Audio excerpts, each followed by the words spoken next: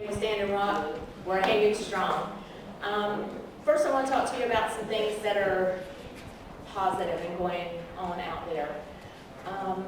The first day I got there, I reached the main camp, which is the Chichikoan camp, about 10:30 at night. And I opened up my door, put my foot down, and there was a call for a medic and somebody to call 911.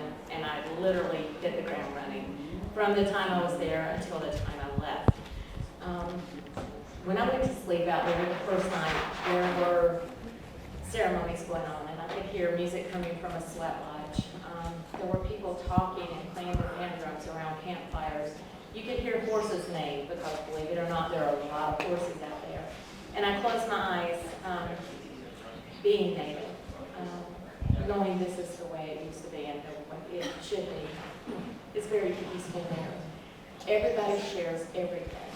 If somebody needs a jacket, here, let me help you. If somebody needs a cigarette, here, have a cigarette. If they need water, here, let me help you. Food, nobody is going hungry. People are peaceful and prayerful, and there's 24-hour-a-day ceremony going on somewhere in that camp. Many prayers are going up, and it's beautiful, and people are just joining together from many native tribes throughout America and across the continent. They have joined together in an unprecedented way in one voice with one purpose, and it's a beautiful thing, and it's a humbling thing to be there. I worked as a medic out there. I took the medical skills that I gained from being in EMS for many years, and that was my sole purpose for going out there, was to be medical support, and that's exactly what I did from the time I got there till the time I left. I was asked by some tribal council members to stay on throughout the winter. I did have to come back and take care of some business here in Virginia, but I do plan on going back out there. One of the biggest things is that there are a lot of people who want to support. There are a lot of people who are going out who are unprepared for how cold it is there. We finally got a wood stove in our medic tent, and about 4 days before I left, it was a little chilly before then, and I woke up one morning, and even with the wood stove going, I could see my breath, and I thought, oh, I'm way underprepared, so I need to prepare myself to go out there for the brutal 40-degree below weather. And know that there are many camps there. Even though we are all together, there is Sacred Stone Camp, there is the Rosebud Camp, there is the Chichikoan, there is the Red Warrior Camp, and then way up front, where the original digging happened, about a half a mile from there, is what we call Frontline Camp. And the Red Warrior Medic tent that I was working in ended up helping with medical care for all of those camps. So know that this is a very large area where people are at. And there are plans to move people over to the reservation side to where the original Sacred Stone Camp is. But many people who have come are saying, we're not leaving. If we move, they're going to take this land back. We have gained something and we're not leaving. There are many people joining every day who are saying the same thing. So preparations are trying to be made, and many needs of heavy-duty sub-zero winter gear are needed. There are a lot of needs. There are places that you can find online that can tell you where to donate. I want to tell you about some bad things that are happening out there. I was there a little over 2 weeks. And when I got there, I did go out on some actions. There were no police. There were roadblocks set up with National Guard who were racial profiling. There were cars in front of me that were obviously white, and they were passed through with just a wave.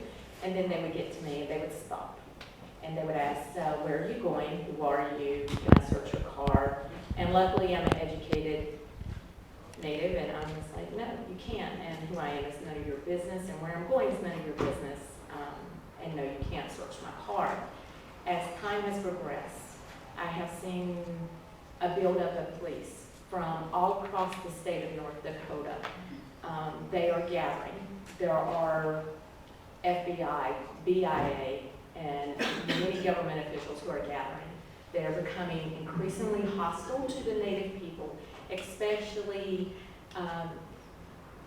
if they go out on an action. And the action could be on a public road in the middle of the field where people are praying, where they are coming in full riot gear with men, women, children, and elders there. They are drawing guns, they are chambering them. The full riot gear brings a level of fear to the people. They think they can scare us away.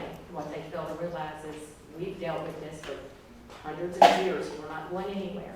And you can keep arresting us. We have legal defense set up. We will get our people out of jail, and we will be right back at it tomorrow.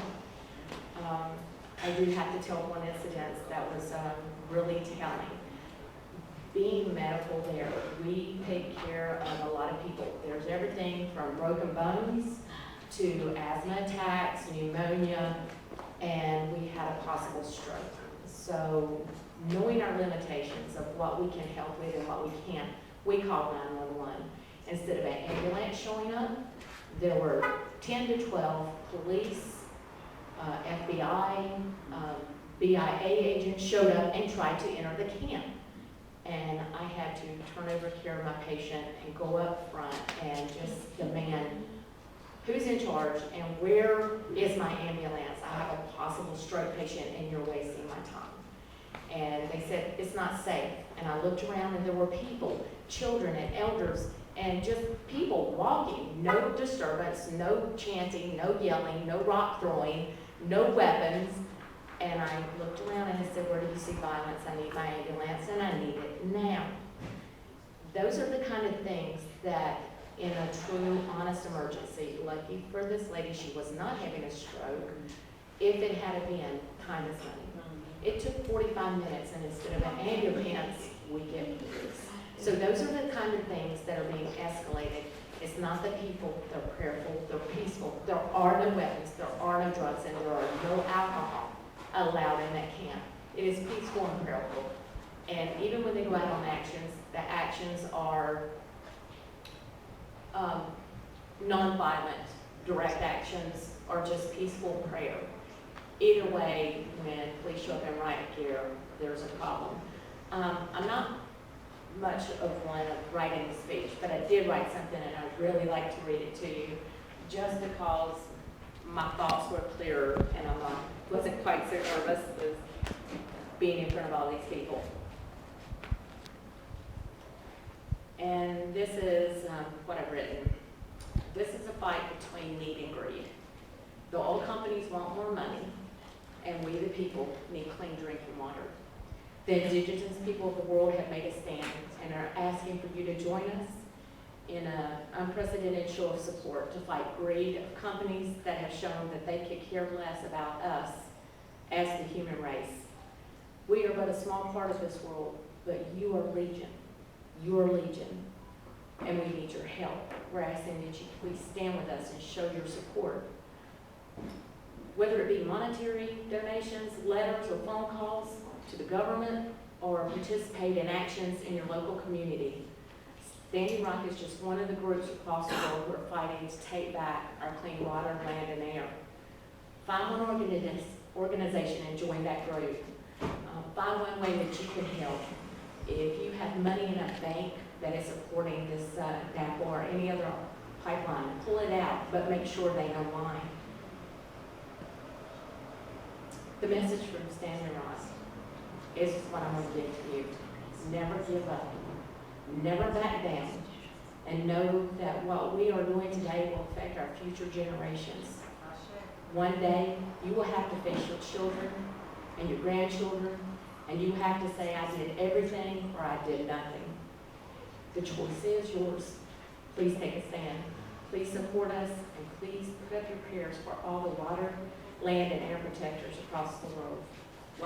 Thank you.